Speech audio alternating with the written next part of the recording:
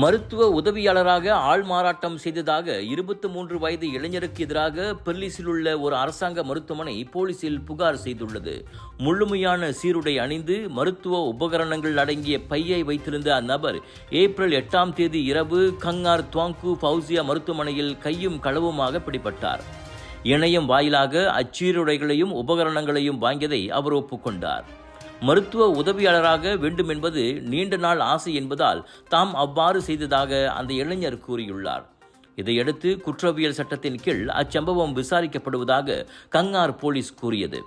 இதனிடையே இதுபோன்ற அத்துமீறல் சம்பவங்கள் மீண்டும் நிகழாதிருக்க பாதுகாப்பு கண்காணிப்புகளை பலப்படுத்துமாறு அம்மருத்துவமனை நிர்வாகத்திற்கு பெர்லிஸ் சுகாதாரத்துறை உத்தரவிட்டுள்ளது. அரசாங்க அதிகாரியாக ஆள் மாறாட்டம் செய்வது சட்டப்படி குற்றம் என்பதையும் பொதுமக்களுக்கு அத்துறை நினைவுறுத்தியது. விலையோ மலிவு, செலவோ குறைவு, தரமோ உயர்வு, மனமோ நிறைவு. மக்களின் தேர்வு என்ரிகோஸ் முழு ஆடை சத்துள்ள பால்மாவு.